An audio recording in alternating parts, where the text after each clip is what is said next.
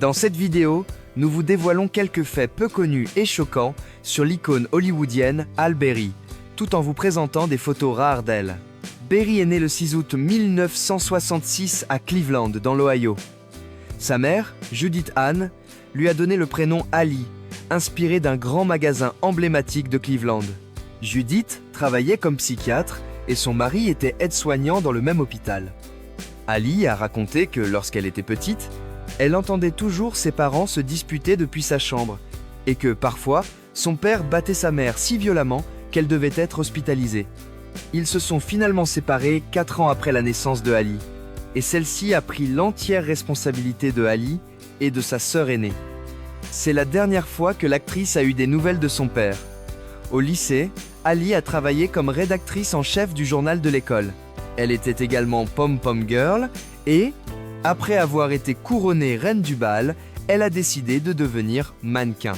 À la fin des années 80, elle a participé à de nombreux concours de beauté, remportant le titre de Miss Teen All-American en 1985 et celui de Miss Ohio USA l'année suivante. Elle a également été la première femme noire à représenter les États-Unis au concours Miss Monde en 1986. Lors d'une interview au concours Miss USA, Ali a déclaré qu'elle espérait un jour rejoindre l'industrie du divertissement. Poursuivant ses rêves avec peu d'argent et un sac rempli de vêtements, Ali a déménagé à New York. Elle n'avait même pas de toit au-dessus de sa tête, alors elle s'est rendue à des auditions depuis un refuge pour sans-abri. Elle a exercé divers petits boulots pour joindre les deux bouts et a lutté contre la dépression et le doute de soi. Malgré ces difficultés, Berry est restée fidèle à ses rêves et a continué à passer des auditions et à suivre des cours de théâtre. Après 2 années de lutte, elle a fait ses débuts au cinéma dans un petit rôle dans Jungle Fever de Spike Lee, marquant le début d'une grande carrière pour la jeune actrice. La même année, elle a joué dans la comédie romantique Boomerang avec Eddie Murphy. Les années 90 ont vu la star participer à une série de projets relativement réussis, notamment Losing Isaiah, Raise the Sun, Babs Foy et Bulworth. Cependant, c'est grâce à des projets tels que X-Men et ses suites, Swordfish et Monsters Ball, qu'elle a acquis une reconnaissance internationale. Jeune fille, Berry raconte avoir vu sa mère se faire battre jour après jour par son père. Certains jours, il la frappait à la tête avec une bouteille de vin lorsqu'elle ne regardait pas. Elle détestait son père pour cela et faisait tout son possible pour éviter les hommes comme lui. Heureusement, Berry n'a pas connu de mariage marqué par la violence, mais elle a révélé avoir été victime d'une relation abusive qui l'a marquée à vie. Un jour, il l'a frappée si fort au visage qu'il lui a perforé le tympan gauche, ce qui a fait perdre à l'actrice plus de 80% de son audition. Elle avait vu cela se produire tant de fois avec sa mère, et bien qu'elle ait hérité en partie de la faible estime de soi de sa mère, elle a décidé de ne jamais tolérer la violence domestique.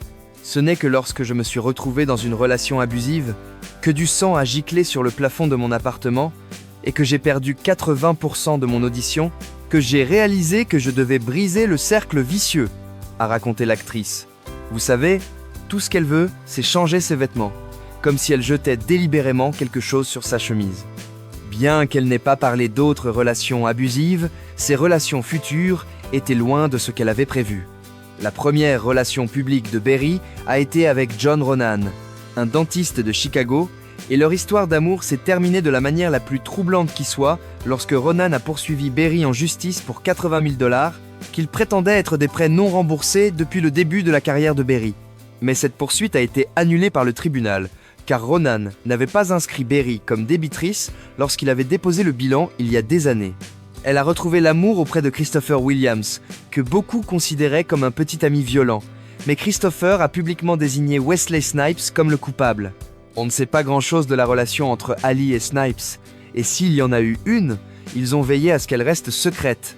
Quoi qu'il en soit, son premier mariage a été avec le joueur de baseball David Justice, et leur séparation a plongé l'actrice dans une dépression qui l'a presque conduite au suicide. Malheureusement, son mariage suivant n'a pas non plus été un conte de fées. Berry a épousé le chanteur et compositeur Eric Benet après 2 ans de relation, et ils se sont rapidement mariés. Eric a commencé un traitement pour soigner son addiction au sexe. Leur mariage n'a duré que 4 ans. La situation n'a cessé d'empirer. Ali a rencontré le mannequin franco-canadien Gabriel Aubry lors d'une séance photo pour Versace, et ils ont entamé une relation amoureuse qui a duré 5 ans. Ils ont eu une fille ensemble, et après leur séparation, une bataille très médiatisée et houleuse pour la garde de l'enfant a commencé. Ils se sont mis d'accord sur une garde partagée, mais Berry voulait emmener leur fille en France, dans la maison de son nouvel amant, Olivier Martinez. Aubry et Martinez se sont battus, ce qui les a conduits à l'hôpital pendant plusieurs semaines. Ils ont finalement trouvé un accord, et Berry a versé une compensation financière à Gabrielle. Elle s'est mariée avec Olivier, mais tout ce pourquoi elle s'était battue n'allait pas durer non plus. Ils ont divorcé après 2 ans. L'actrice fréquente actuellement le musicien américain Van Hunt, lauréat d'un Grammy Award, comme elle l'a révélé sur Instagram.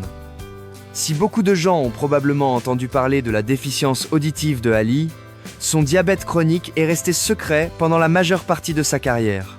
Pendant le tournage de la série télévisée Living Dolls diffusée sur ABC, Ali s'est évanouie et a passé les 7 jours suivants dans un coma diabétique. Elle a été diagnostiquée avec un diabète de type 1, et malheureusement, ce n'était pas la dernière fois que cela allait se produire sur un plateau. En 2020, pendant le tournage de John Wick, chapitre 3, Parabellum, Ali s'est cassé 3 côtes, ce qu'elle a d'abord pris pour un début d'ostéoporose. Mais les résultats des tests ont révélé qu'il s'agissait de complications liées à son diabète. Mais malgré tout cela, Berry a refusé de considérer ses handicaps comme des limitations. Même s'ils lui ont causé de la douleur, ils l'ont aussi rendue plus forte. « Cela m'a donné de la force et de la ténacité », a-t-elle déclaré. « J'ai été obligée d'affronter la réalité, aussi inconfortable et douloureuse soit-elle », a-t-elle confié .le 3 février 2000. L'actrice a été poursuivie en justice par Ital Reta, une femme qu'elle avait renversée avec sa voiture. Reta a également affirmé que Berry était ivre au volant, et un agent a confirmé que l'actrice avait pris la fuite, mais il n'a pas pu déterminer si elle était ivre ou droguée. La célèbre actrice a refusé d'assumer la responsabilité de l'accident et n'a pas contesté les faits lorsqu'elle a comparu devant le tribunal. Elle a toutefois été condamnée à 3 ans de probation, à une amende de 13 500 $ et à 200 heures de travaux d'intérêt général. Berry a consacré une grande partie de sa vie professionnelle à rendre à la société ce qu'elle lui a donné. Elle est la première célébrité ambassadrice de la campagne de sensibilisation au diabète. L'actrice a également joué un rôle essentiel dans la campagne téléphonique de 2000 pour Barack Obama et en 2013, elle a témoigné aux côtés de Jennifer Garner devant la commission judiciaire de l'Assemblée de l'État de Californie en faveur de la promotion et de la protection des droits des enfants de célébrités contre le harcèlement des ex-photographes. En 2006, elle a été nommée Woman of the Year par Hasty Pudding Theatricals. Avec une carrière s'étendant sur plus de 3 décennies, Ali a prouvé qu'elle pouvait être tout ce dont elle avait toujours rêvé, et même plus. Malgré des handicaps intimidants, elle a remporté un Primetime Emmy et un Golden Globe Awards. L'un des moments forts de sa carrière a été lorsqu'elle a remporté le Razzie Award for Worst Actress pour son rôle dans Catwoman. Ali est montée sur scène pour recevoir le prix avec son Oscar.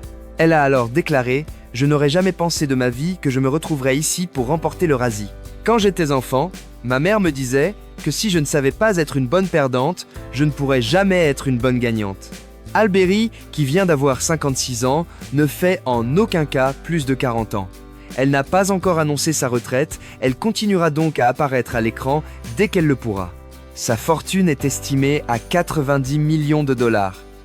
Mais avez-vous de bons souvenirs de l'actrice de Monsters Ball? Quel est votre film préféré avec elle? Faites-le nous savoir dans les commentaires.